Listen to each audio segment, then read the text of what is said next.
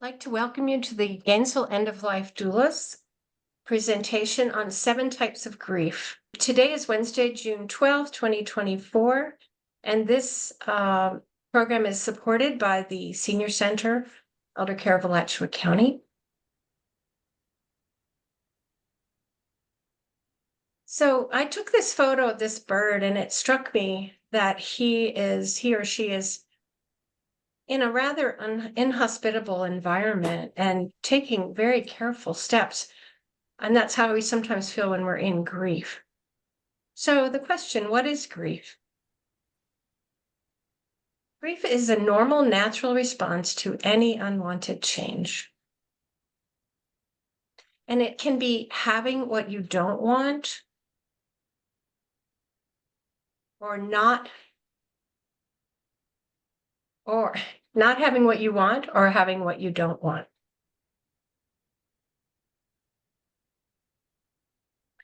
The woman who was in that previous photograph, her baby is buried here at Evergreen Cemetery in Gainesville. And her sister's baby is buried right next to her. And that is definitely getting what you don't want. So acute grief is when there is a sudden or life-changing, shocking, intense situation. It can be an immediate situation. It's very powerful and painful. And it tends to dominate our lives for a relatively short period of time. That is, the acute grief is very sharp and fast and strong, but it tends to pass. But if not tended to, it can turn into long-term chronic grief. And then unresolved grief. So in unresolved grief, there are like a lot of questions that go unanswered.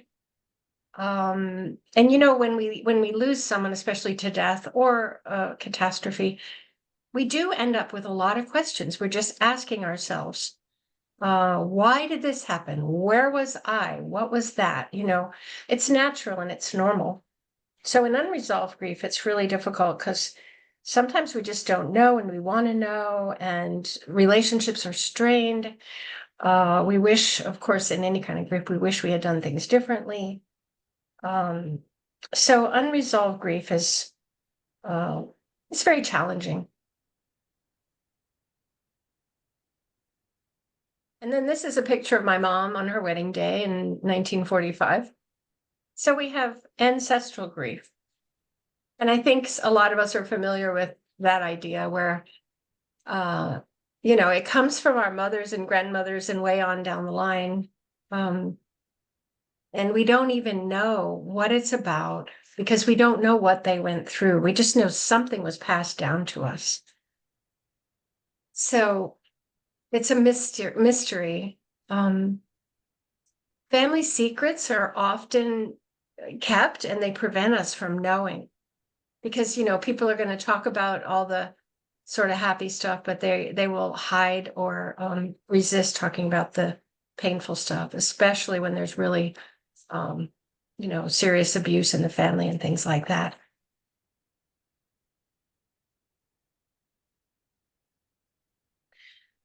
And then we have delayed grief. Now, that's very common because, when somebody dies, first of all, there's just such a change in your life.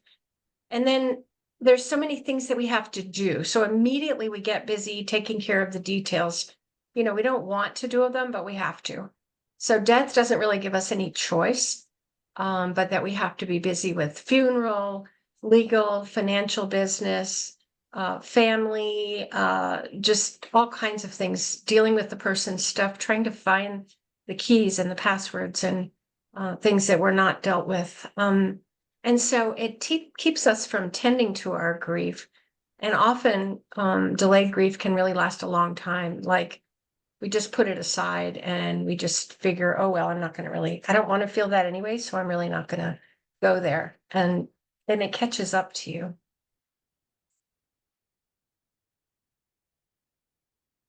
I took this photo on my back porch. I thought it was a lovely example of disenfranchised grief is what I use that photo for. So disenfranchised grief is like you're being cut out of a chain because, a franchise is like a chain of restaurants or stores or a chain of anything. So in disenfranchised grief, it's really difficult because perhaps there's family estrangement, you're cut out in various ways. And it's really painful because you care about people. There's bad feelings. And a lot of times it involves a feeling of deep shame because maybe there is something that you did that was wrong. And you're left out. So it's just, isolation and increased pain happens with disenfranchised grief. Sometimes it involves, addiction or sexual misconduct or mental illness, abortion, suicide, things that are taboo subjects. And that's why I find it so important to be able to talk about these subjects. This is a photo I took outside my kitchen window of a bird that spent a couple of hours that day trying to get in. And I thought, wow, there's a good shot for disenfranchised grief because, really wanting so much to get in and can't. So I really like that one. Now, this photo I also took of this bird, and it was in the French Alps. The topic here is maladaptive grief. So maladaptive grief can be dangerous and dysfunctional because it's so sorrow can turn into anger if it's repressed, and anger can turn into violence. And so with maladaptive grief, you have outbursts, you have extremes like avoidance or obsession, compulsion.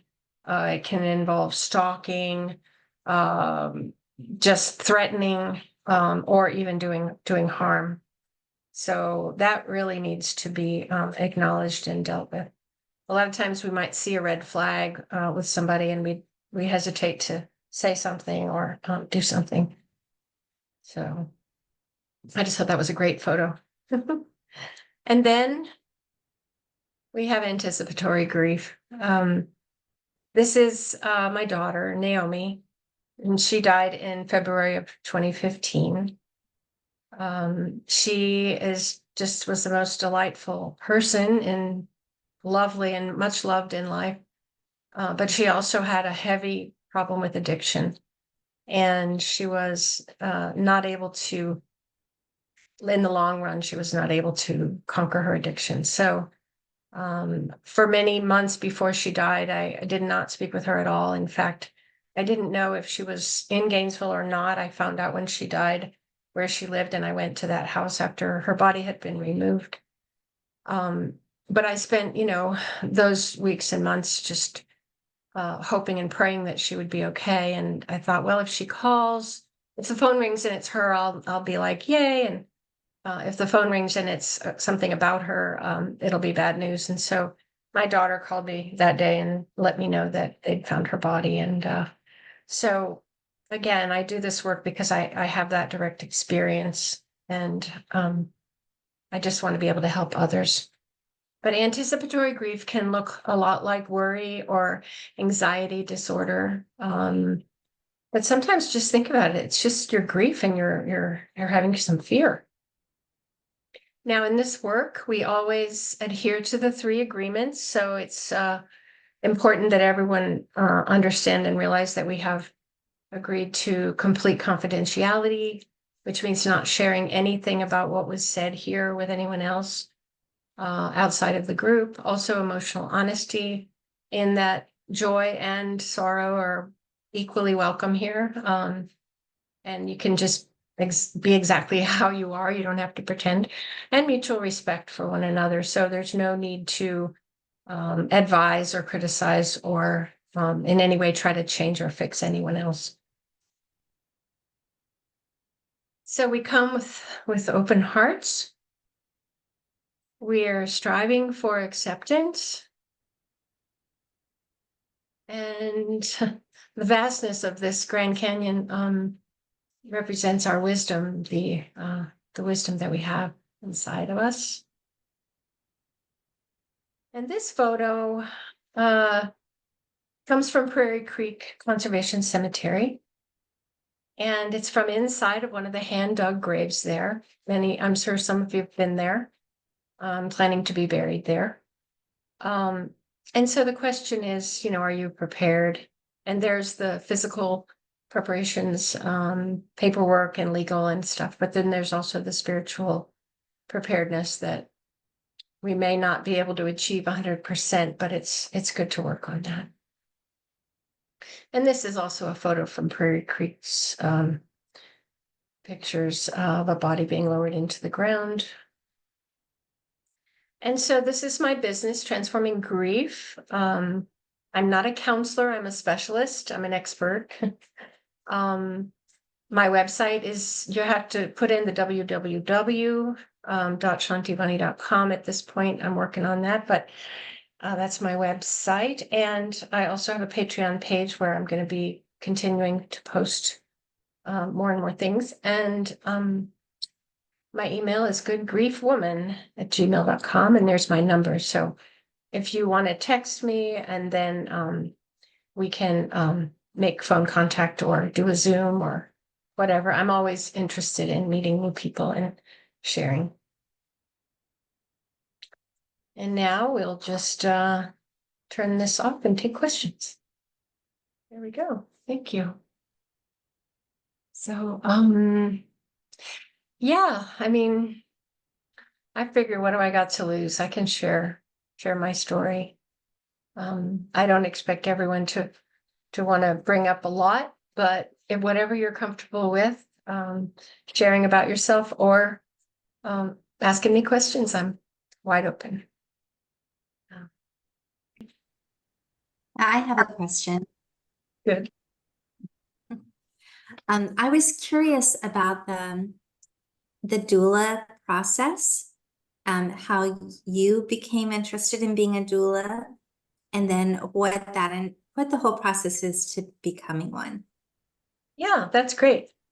So I think it was when I was taking care of my mom. I had to move in with her with Alzheimer's.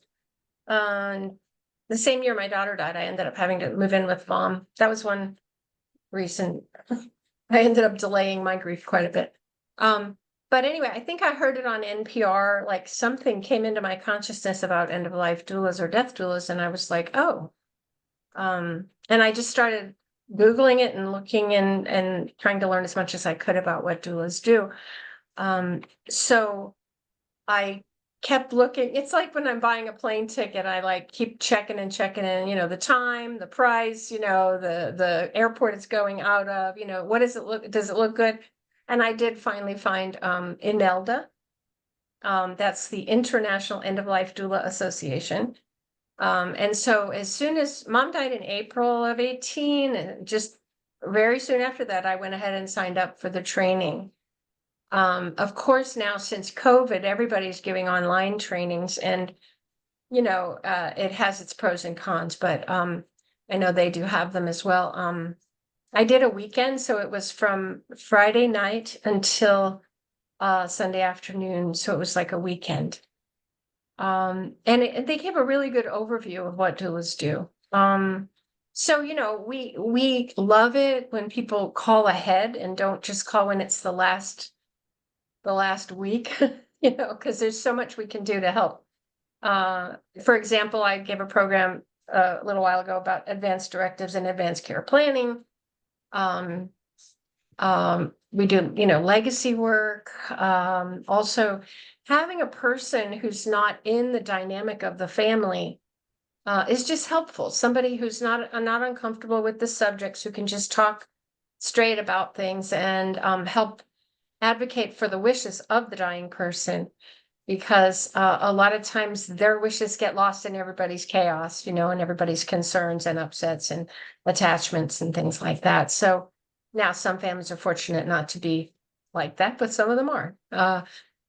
When things get tough, people get a little off balance, So So a doula can come in and just give a different perspective and say, well, have you thought about this? Or for example, we can help move the bed to the living room where there's a picture window and it's just a fresh view for the person, or also learn about what they like, what their likes and dislikes are, and kind of make suggestions. And if there are disagreements, we can listen to the different parties and find the advance directives and say, well, this is what they actually said they want. So really, it's the law. It needs to happen. We need to fulfill the person's wishes. Does that help, or did you have other questions about it? It does help. I'm curious how your work as a doula interacts or intersects with hospice and hospice nurses and hospice social workers. Yeah, and my personal experience doesn't. I mean, a lot of us get our initial experience by volunteering in a hospice. It's usually, often recommended. Well, and I did too. Like when I came back from my doula training, I enrolled as a volunteer with Haven. That's where Mom died, was at the Haven House. But now there's some hospices that are starting to hire doulas, I guess, and some that are starting to actually pay for the doulas for the volunteers to get doula training. So they have a higher quality or higher level of participation.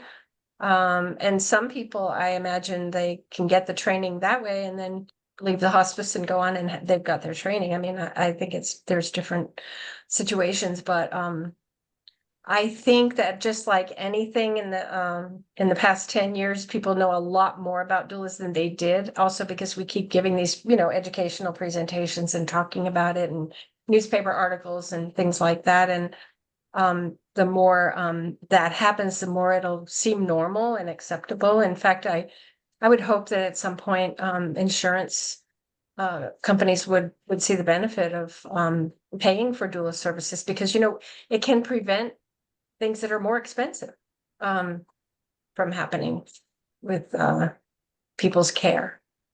So it's sort of that middle ground, that missing piece between healthcare and home.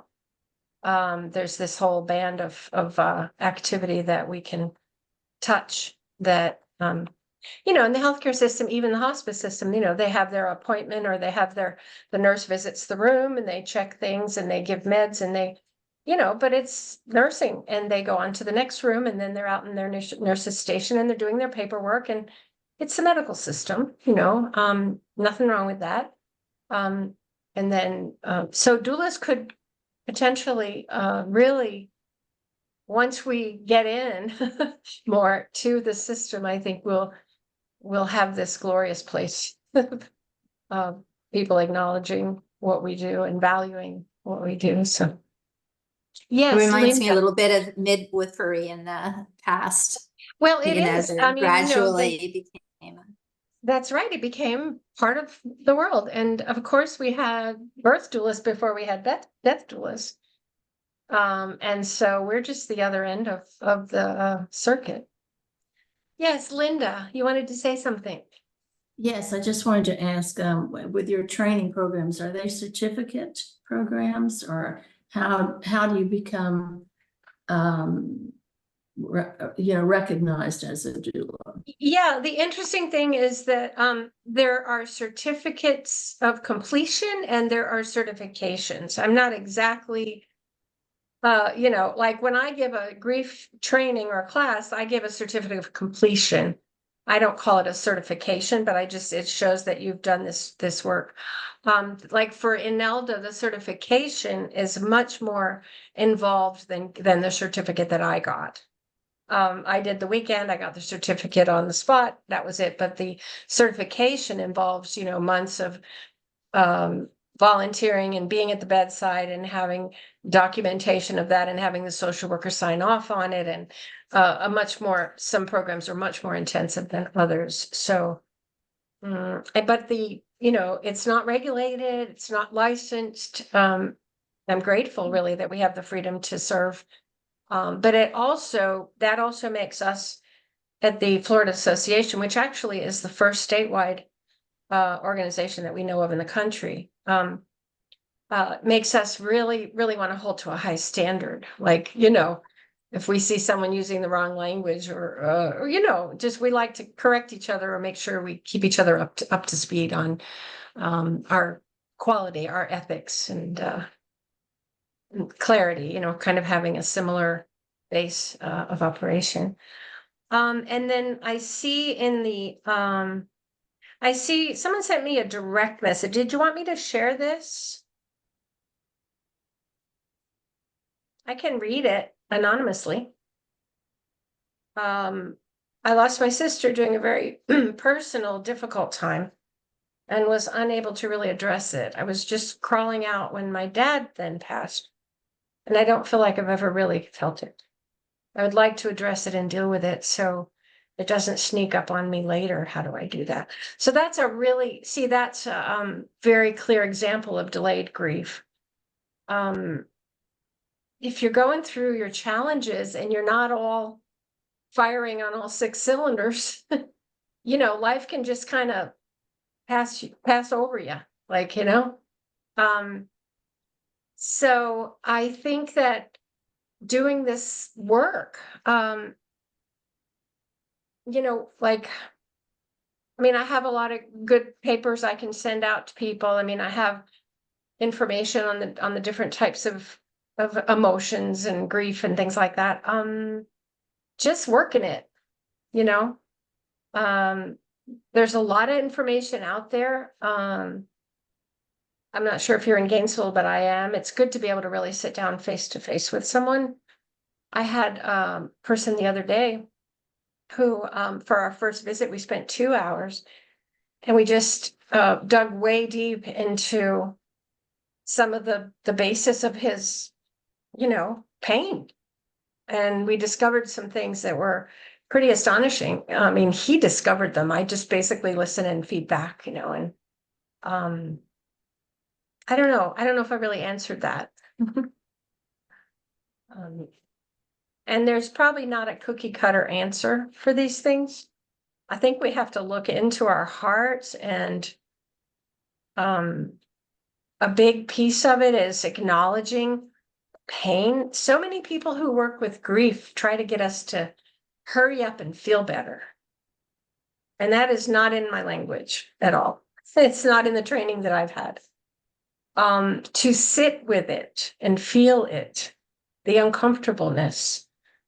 And then, we have what I call intelligent regret. Like, okay, I might have been so preoccupied with my own selfish needs that I ignored somebody, and then all of a sudden they died and it was too late and I couldn't make it right, believe me, having your child die when you were not in good shape when they were little, that's hard. I went through that. But I just kind of found a way to make it better for myself, like make amends, and some of what I do to take care of that is whatever I feel like I didn't do that I should have done, just do it today for someone. Find someone who needs some help or something, and just find a way to make it right now, because now is all we got. I don't know. It's kind of feel like I'm having a monologue, and I'd love for people to keep sharing. Liz, yes. Well, this is kind of a sidebar, I guess, but I'm a member of the Unitarian Universalist Fellowship, and we just hired a contract minister, and I'm looking at her resume right now, and I knew this was the case, but I wanted to get it right. In 2020, she was certified end-of-life doula, Doula Givers National End-of-Life Doula Alliance. That's NELDA, right? No, INELDA is International End-of-Life Doula Association. And INELDA, INELDA, is a training organization. NEDA, NEDA, is National End-of-Life Doula Alliance. And the president is one of our members, Ashley, what's her name? She lives in Orlando, Ashley Johnson. And they are not a training organization, but they are a networking organization, and they provide education and standards. Okay, and then she also holds, it says in 2021, she received Grief Works certification, the Institute of for the study of birth, breath, and death. Yeah, and that is Amy. Yeah, and I also know Amy was in Florida. What's her last name? Yeah. And she moved somewhere else, but she does some very interesting work. Yeah. Because she's a birth and death doula, I believe. Yeah. Okay. So wow, anyway, that's your this minister. person, yeah, this That's person your is coming minister. to us starting July Wow. 1st. So there's Oh, more so more they're folks in the just coming wings. in, huh? Well, Well, gosh. they're going to be here part of the time and in Macon, Georgia part of the time. They're Cool. going to be full-time working with us, but it's going to be a hybrid kind of a circumstance. Oh, that's really neat. Yeah, maybe they'll want to invite me to come and like share in a circle. Be happy to. I'll make the connection for you. Please do, yeah. Because Liz, my mom was a member of the Unitarian Universalists, and Liz used to come and visit mom in her final days as well. So coming full circle here, looks like. Great. Yeah, so it's hard though. I'm not sitting here saying, oh yeah, you can just feel better. It's really hard. My mentor, Megan Devine, she says grief sucks. you know she wrote a book called It's Okay That You're Not Okay, and I always encourage people to get that book and really look at it. But the whole she talks about the entertainment narrative of sort of Cinderella or any Disney, whatever, the entertainment narrative that's in movies and everywhere, that you have this terrible thing happen. And then, you find your way out of it, and then the rainbows come out and the birds start singing and everything's fine. But life's not that way. It's painful. So when we're in it, we don't need people to say, oh, just feel better. In fact, that has the opposite effect. So, is there anyone else who'd like to just share a bit? Anything about your story or something you've been through or that you have a question about?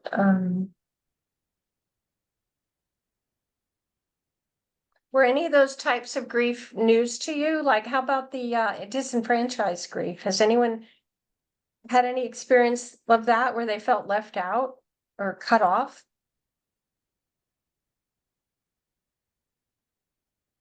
Not really. I have.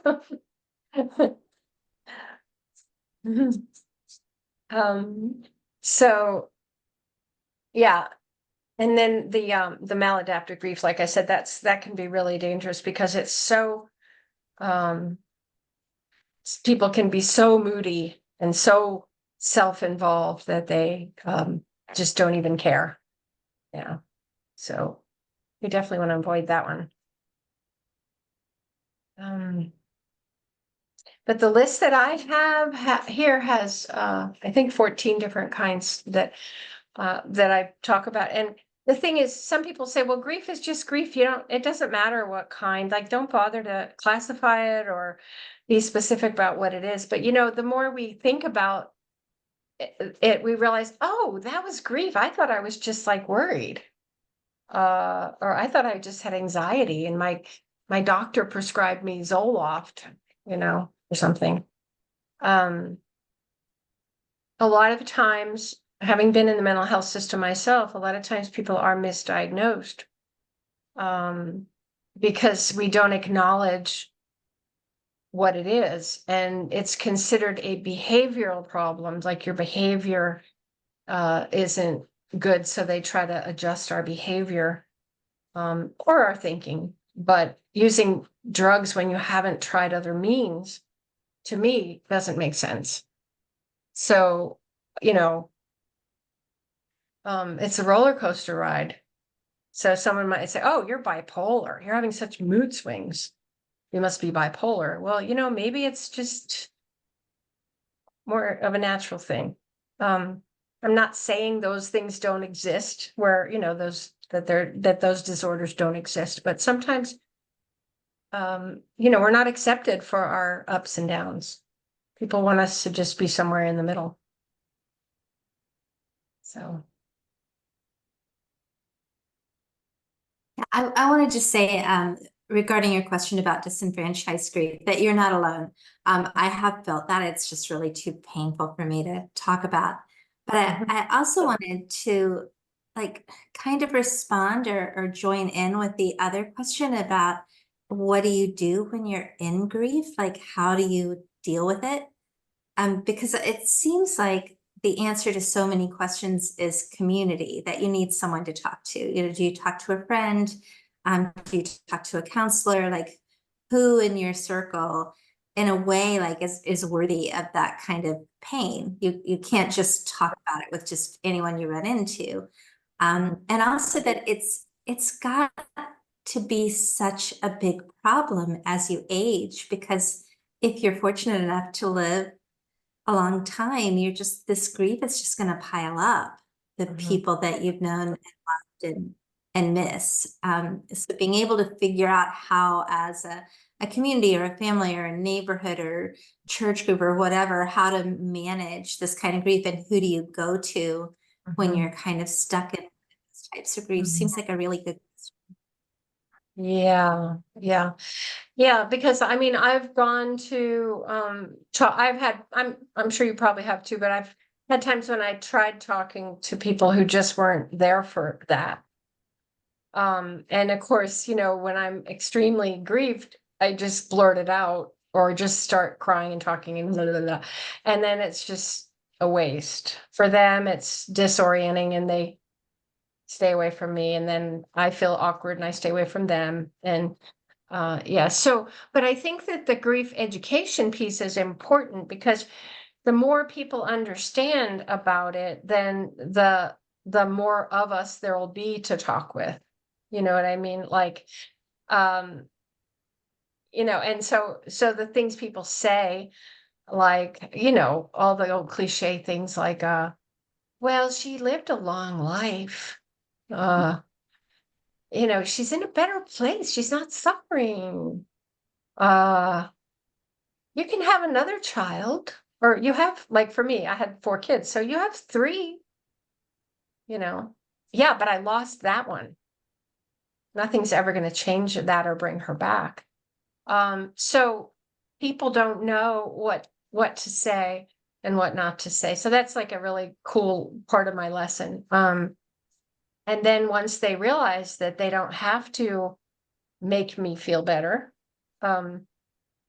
then all they got to do is, I had a person today in one of my classes, and she's helping me do some research and do some editing on some of my work. But she said, oh my gosh, she said, I always said, I'm here for you, and then, but she said, what you're saying is, I'm here with you, and feel the difference. And that one word transferred over to, I'm here with you. So it was big light bulbs went on, and I'm like, wow, it's pretty simple, but it's pretty neat. I hear you. I hear you. Oh my gosh, I can't imagine how you must be feeling. And just give it space, because, the alternative is, oh, it'll be okay. There's always tomorrow, blah, blah, blah, and that stuff. So these skills of just giving it and offering it and making sure people understand that, just the language piece. And then there's the body language piece with that of, oh my gosh, looking all over the place, or giving them your attention and feeling the expression on your face too. And so in our listening, I've done co-counseling in the past, which taught me some listening skills, peer counseling, where when you're the listener, you put all of, you just learn to put your own stuff aside and really, really listen. And then when you're sharing, you just go for it. But to put on the different hat of listener or talker. Because so often we unconsciously just have a next answer or, oh yeah, you know how frustrating that is when you're telling someone something and they're, oh yeah, that happened to me too. And then it's just gone. The connection is gone. And so there's this, what we call in the doula work, we call it deep active listening. And we actually practice this with each other. And in the training, we just pair off and do it. We just try it.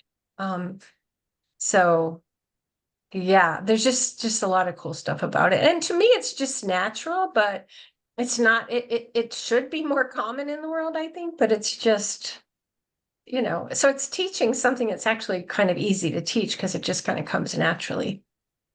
But and my friend that I gave the 2 hours the other day, when I cried, when I told him how much I cared about him, and then he was able to cry. So it's not like if you're in the mental health system and you're a counselor, you're not going to do that. You're not going to cry. They're the ones that are supposed to be crying. But the humanness of the peerness of the relationship, of a peer rather than a sort of professional.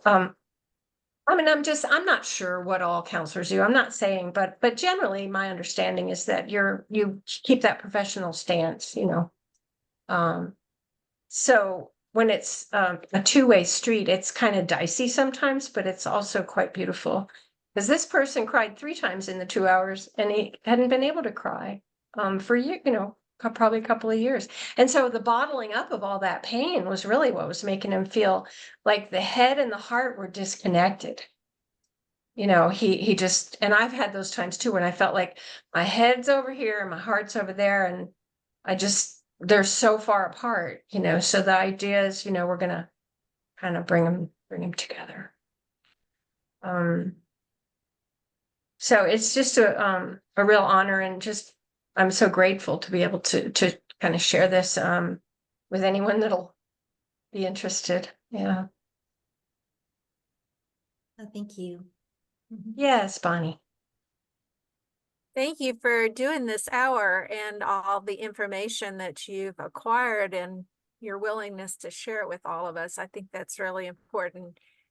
I'm kind of hearing that, this information session kind of opened the door to resources that you know of or provide.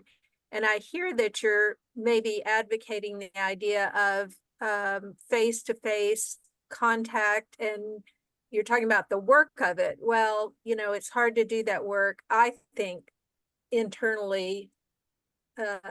It's a solitary kind of thing. You get kind of caught up in your own mess. So am I correct in understanding that you're advocating that we utilize your resources or find someone that we can talk to and just have the opportunity to just talk through what's going on? I mean, not to the point of coming up with solutions, but just, human to human contact. Is that kind of your idea? Yeah. I think it's so important because nobody has to figure out what you need to do. You will figure that out as you express yourself and share your story. And just to create that, what I call listening partnerships, so I'm not expecting or wanting you to necessarily count on me. Just find your own resources and pick your people and do your reading and learning. And if you want to call on me, that's great. I love to get out and speak or lead circles too. But it's in you. But sitting there in spinning your wheels in isolation, I remember how that worked for me, and it didn't, I still have to sometimes I have to remember that I need to find someone to talk to, because I see it myself as, I have this persona, I'm the teacher and I help everybody else. But sometimes I come out of a session like that 2-hour session drained, and I think, wow, I need to find some rejuvenation process too. So that when I come out of a time, that I have some actual, maybe ritual or something that I do that's gonna rejuvenate myself. But yeah, I do. And I think, I did a class live here for women. So there were 6 women in my living room live, and it was the first time I did an in-person class with that many people. And I'd love to do that. We just finished up a couple of weeks ago, and then we decided to have a book club with Megan Devine's book, It's Okay That You're Not Okay. And so I said, well, who's gonna facilitate the book club? Because I tend to take responsibility for so many things. So one of the women in the group who happens to be a minister, she said, oh, I will. So she's arranged a place, and she's talking about the time and the location and the frequency and whatnot. I think there's 16 chapters in that book, but that's a cool way to go. So but yeah, I'd love to teach my classes. I just don't want people to feel like I'm pushing it on you, but yeah, I do love to teach in person and on Zoom. And I also have, if you want me to email you, I have the Patreon page, which is not that active yet, but on my new website, which I'm still ironing out the kinks in it, it's www.shantivani.com. And it's, I switched from my old website to this one, and it has a learning platform. So what I'm going to try to do is set it up so that people can do their self-paced learning at their own pace. And then we can get together either on Zoom or in person, depending on how far away we are. Because, you can sit, like some people, they're just depressed, or they're sick, or they're in their bed, or they have COVID, and they just want to do something other than watch soap operas. Like, I'm laying in bed here. Let me read something, and then, watch a video. And the videos that I offer are pretty cool. And then come together so that it's not so labor intensive. So yeah, there's lots of ways. There goes Shirley. Thank you, Shirley. Thanks for coming. And it is 4 o'clock, so I know we need to head out soon. But if anybody needs to leave, that's fine. I want to thank you all for being here, and it's just been a good, lively conversation.